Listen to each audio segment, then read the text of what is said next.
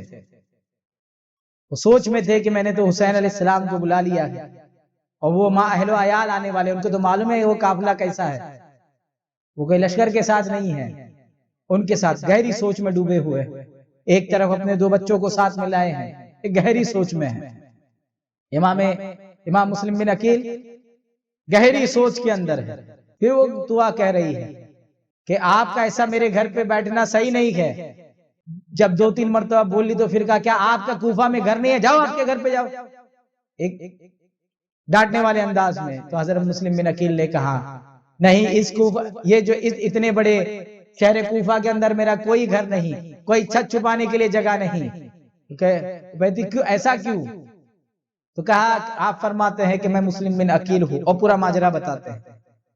حضرت طوا کو گھر میں لا کر کمرے میں جو ہے رکاتی ہے اور آپ کی خدمت, آپ کو کھانا پیش کرتی ہے. آپ کو کھانا تو کچھ کھایا نہیں جاتا کیونکہ آپ کو فکر لاحق ہے, شکریہ ادا کرتے ہیں, دعائیں دیتے ہیں, اور آپ کو ایک جس خاص کمرے میں رکھے حضرت مسلم بن عقیل عبادت میں مہو رہتے ہیں. آپ بار بار اس کمرے میں جاتی ہے, حضرت طوا بار بار کمرے میں جاتی ہے اور جا کر کے جو ہے آپ کی خدمت میں بار بار جا کر عریضہ پیش کرتی, کسی چیز کی ضرورت ہے کیا ہے. تو یہاں رات کو یہ طوا کا بیٹا جس کا نام بلال ہوتا ہے, یہ آتا ہے. بیٹا لالچی ہوتا ہے, وہ آتا ہے, آنے کے بعد گھر میں کھانا بھی نہ کھاتا ہے, دیکھتا ہے ماں بار بار ایک کمرے کی طرف جاری ہے تو مجھے کمرے خاص میں ہے کون.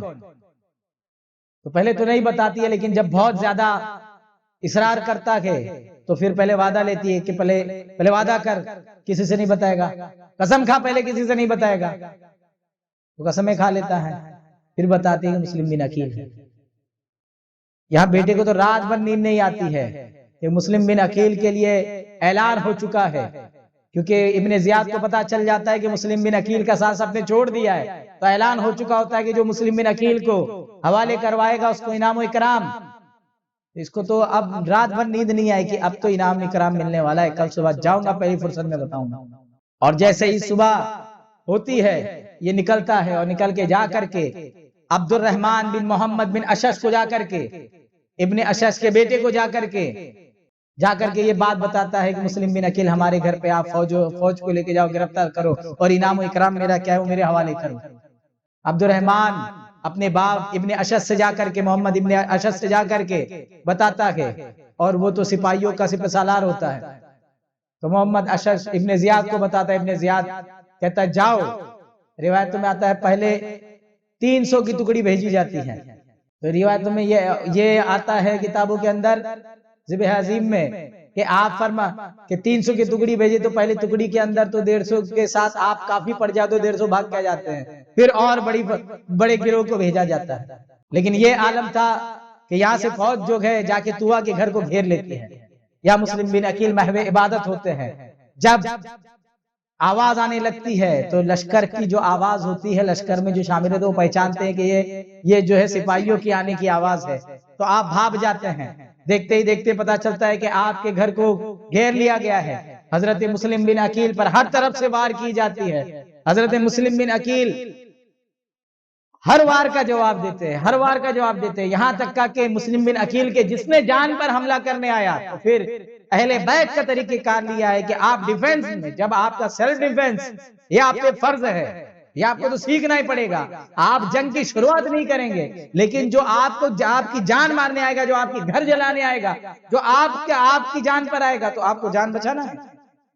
حضرت مسلم بن عقیل لڑنے لگے، اور پورے جو ہے بھیجے ہوئے اس کی جو ہے فوجیوں کی ٹکڑی کی پوری حالت خراب کر دی ہے، لڑتے لڑتے آگ کے گولے برسائے گئے، آگ جلا جلا کر کے، لکڑی مشالے جلا جلا کر آپ پہ پھینکی گئی، گھر میں تھے تو گھر میں اب اتنی آگ پھینک دی گئی کہ اس کے آگ سے، اس کے دھوئے سے جو ہے آدمی کو گھٹن ہو جائے، لیکن حضرت مسلم بن عقیل علی کا شہر امام حسین کی شجاعت کا نمائندہ لڑتا رہا۔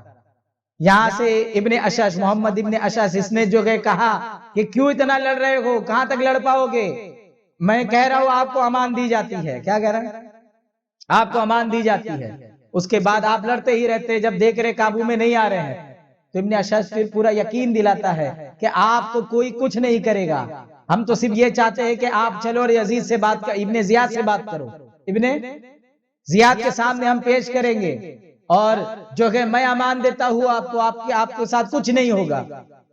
تو حضرت مسلم بن عقیل کرتے ہیں کہ میں تمہاری امان کی حقیقت سمجھتا ہوں، لیکن وہ یقین دلاتا ہے، پھر حضرت مسلم بن عقیل امان کی بات پر، نانا کی شریعت کی بات پر تلوار روک لیتے ہیں، حضرت مسلم بن عقیل کو گھوڑے پہ چڑھاتے ہیں، گھوڑے پر، اور آپ کی تلوار چھین لیتے ہیں، گھوڑے پہ چڑھا کر آپ کی تلوار، جیسے ہی تلوار چھینتے مسلم بن عقیل کہتے ہیں اے دیکھو تمہارا پہلا دھوکہ، تو پھر ابن اشش کہتا ہے کہ نہیں، آپ کے ساتھ کچھ نہیں کیا جائے گا، لیکن جو دوسرا جو ہے آپ کے ساتھ جو ہے آپ کا ساتھی جو دوسرے تھے وہ اس بات سے اتفاق نہیں کر رہے تھے، یہاں تک کہ جب تلوار چھین لی گئی تو حضرت مسلم بن عقیل کے آنکھوں سے آنسو جاری ہو گئے، مسلم بن عقیل کے آنکھوں سے آنسو جاری ہو گئے، تو کسی نے کہا کہ آپ کے جیسے بہادر کو